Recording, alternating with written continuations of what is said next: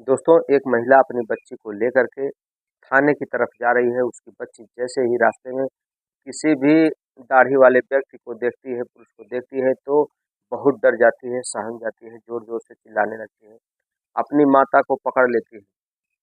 ये सिलसिला क्रमवाई चलता रहता है। जैसे-जैसे दूरी थाने की तय होती है, वह बच्ची अपनी माता से लिपट कर जाती है। जैसे ही बीच में कोई दाढ़ी वाला व्यक्ति मिल जाता है, उसको देखकर वो ज़ोर-ज़ोर से चिल्लाने लगती है। उसकी माता को समझ में नहीं आता उससे कि आखिर हमारी बच्ची को समस्या क्या है, परेशानी क्या है या बीच-बीच में क्यों चिल्लाने लग रही है।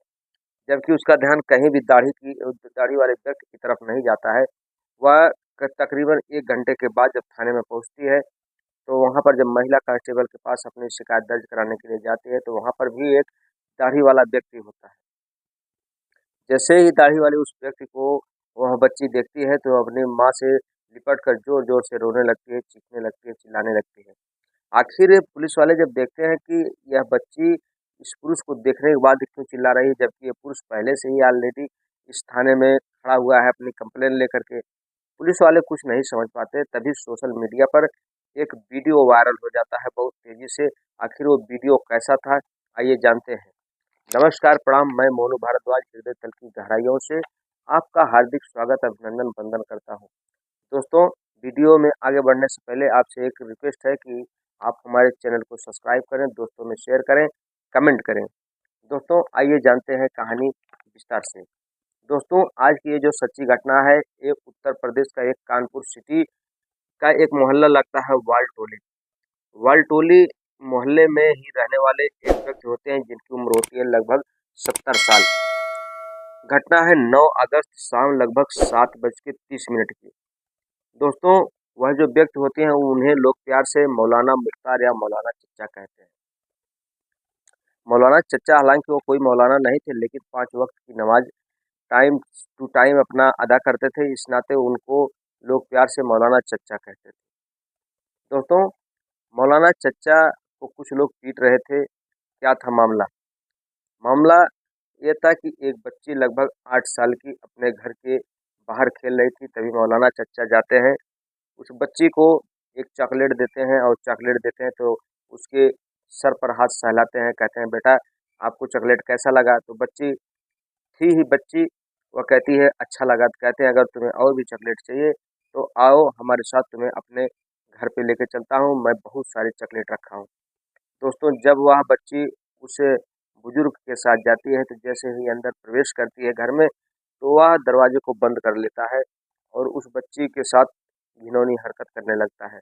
उस बच्ची के सारे कपड़े उतार देता है और जैसे ही अपना कपड़ा उतारने वाला ही होता है, तभी ज़ोर की आवाज़ आती है कि कुछ व्यक्ति उसके दरवाजे पर जो है, उसके दरवाजे को पीट रहे हैं, तभी दरवाज़ा टूट जाता है। जब टूट जाता है तो कुछ व्यक्ति अंदर आते हैं और उस बच्ची को बचाते हैं और उस जो चच्चा होते हैं, मौलाना चच्चा, उनको भली-भाँति पीटते हैं। हालाँकि मौलाना चच्चा कहते हैं इसमें मेरी कोई गलती नहीं है, मैं इस बच्ची के साथ ऐसा कुछ नहीं कर रहा था, आप लोग गलत समझ रहे हैं। तब एक व्यक्ति बोलता है कि आखिर तुम इस बच्चे के कपड़े को उतरवा रहे थे, अगर तुम्हें कोई गलत नीयत नहीं थी तो कपड़े क्यों उतरवाए? तो मौलाना चच्चा एक बहाना बना देता है कि मैं आप सबके बीच का हूँ, आप सबका भाई हूँ, आप सबका बंधु हूँ। यह लड़की जो है, मेरा मोबाइल गुम हो गया था, मुझे अंदेशा हुआ यह लड़की मेरा मोबाइल चुराई है, इस करके मैं इसकी तलाशी ले रहा था। दोस्तों, जैसे ही कुछ लोग फ़ोन करते थाने पर, पुलिस वहाँ से थाने पर से आती। इस बीच जो मौलाना चच्चा थे, वो मौका पाकर रफू चक्कर हो गए। दोस्तों, जब रफू चक्कर हो गए तो वहाँ पर जो सोशल मीडिया पर जो वीडियो चल रही थी, जैसे ही दरोगा साहब देखते हैं वहाँ के, तो आते हैं तो वहाँ के जो 3 व्यक्ति होते हैं, 3 व्यक्तियों को पता किया जाता है, तो उसमें से एक ने उस वीडियो को वायरल किया था। उन तीनों को तुरंत पुलिस गिरफ्तार करती है और थाने पे लाके पूछताछ करती है कड़ाई से के साथ। जैसे ही उनको जेल जाने की पारी आती है, जब आपस में बात करते हैं इनके ऊपर चार्जशीट लगाकर तुरंत इनको जेल भेज दिया जाए। तभी उसमें से एक जो नवयुवक होता है, रोने लगता है, हाथ जोड़कर कहता है, "सरकार, इसमें हमारी कोई गलती नहीं है। हम सब तो इस बच्ची को बचाने के लिए प्रयासरत थे, ताकि और भी किसी बच्ची के साथ ऐसा घिनौना अपराध ना हो सके।" तो दरोगा जी को पहले यह बात समझ नहीं आती, तो दरोगा जी उस व्यक्ति से पूछते हैं, "पूरी कहानी क्या है?" कहानी के बारे में बताओ। तब वह व्यक्ति बताता है कि यह जो व्यक्ति है इससे पहले लगभग 3 बच्चियों का रेप कर चुका है, लेकिन लोक लज्जा के डर के मारे कोई थाने तक नहीं आता था, कोई समाज में बोलता नहीं था। समाज में जो बातें हैं दबा दी जाती थी कि कोई व्यक्ति इस चीज़ का विरोध ना कर पाए और सबकी इज्जत आबरू बनी रहे। दोस्तों, जैसे ही दरोगा जी इस बात को सुनते हैं तो कहते हैं कि ज़रूर इसमें कोई झोल-झाल है, कोई मामला है। इस नाते उन लोगों को थाने में बैठाया जाता है और जो चच्चा होते हैं, मौलाना चच्चा, तो उनके फैमिली के बारे में जानते हैं। उनके जो बेटे होते हैं, 2 बेटे और 1 बेटा मुंबई में रहकर नौकरी करता है। जो छोटा बेटा है, वो घर पर ही रहता है। उनकी जो बेगम साहिबा हैं, किसी रिश्तेदार के यहाँ गई हुई थी और अपनी दवा-दर्पण के लिए उनकी जो 2 बहुएँ हैं और 1 पोती है। दोस्तों, इस बीच उनकी सारी जो फैमिली मेंबर थे सब छत पे थे। जब ये घटना घटी तो लोगों को धीरे-धीरे जानकारी हुई। तभी पुलिस की टीम तुरंत 5 टीम गठित की जाती है और 5 गठित टीम करने के बाद तुरंत मौलाना चच्चा की खोजबीन चालू हो जाती है। जब खोजबीन चालू हो जाती है तो कुछ ही दूरी पर उनकी एक रिश्तेदारी होती है, वहाँ पर मौलाना चच्चा जाकर छुपे होते हैं। उनको तुरंत गिरफ्तार किया जाता है। जब उनसे पूछा जाता है तो पहले वो जो बुजुर्ग होता है 70 साल का मौलाना, पहले तो टाल-मटोल करता है, पूरी सच्चाई नहीं बताता। लेकिन कहते हैं कि जब पुलिस की मार पड़ने लगती है तो जो गूंगा होता है वो भी कव्वाली गाने लगता है। दोस्तों, जब पुलिस अपने पूरी तरीके से, पूरे रंग से पूछने लगी, तब मौलाना बताते हैं कि हाँ, इससे पहले मैं 3 बच्चियों के साथ और भी कर चुका हूँ और इसके साथ भी यही करता, लेकिन ना जाने कैसे लोगों को भनक लग गई।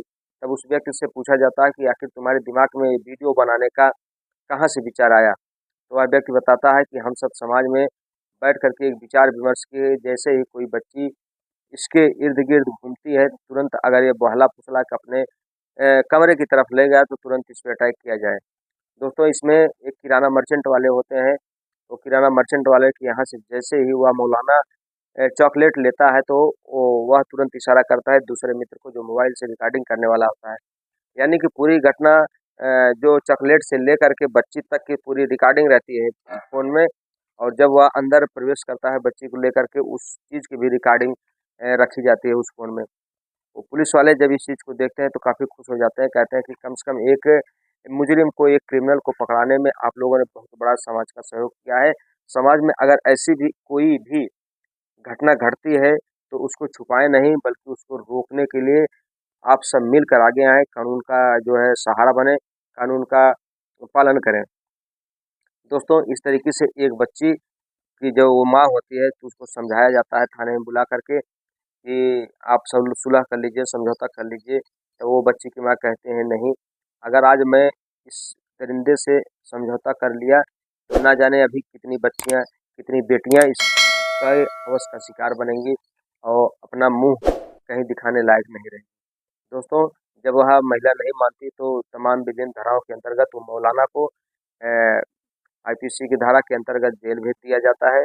अब आगे का फैसला क्या होगा वो कोर्ट जाने, लेकिन समाज में अगर ऐसी कोई भी बुराई फैलती है, कोई भी अप्राकृतिक ढंग से कोई दुराचार करता है, तो उसको तुरंत सूचना पुलिस को दें, प्रशासन को दें, प्रशासन की सहायता करें, प्रशासन के साथ मिलकर रहें। कोई भी ऐसा कदम न उठाएँ जिससे समाज में बदनामी हो, समाज में उस बुराई फैले। दोस्तों, मैं हमारी कहानी कहने का उद्देश्य आपके दिल को ठेस पहुँचाना नहीं, बल्कि आपको सतर्क करना है, आपको जागृत करना है।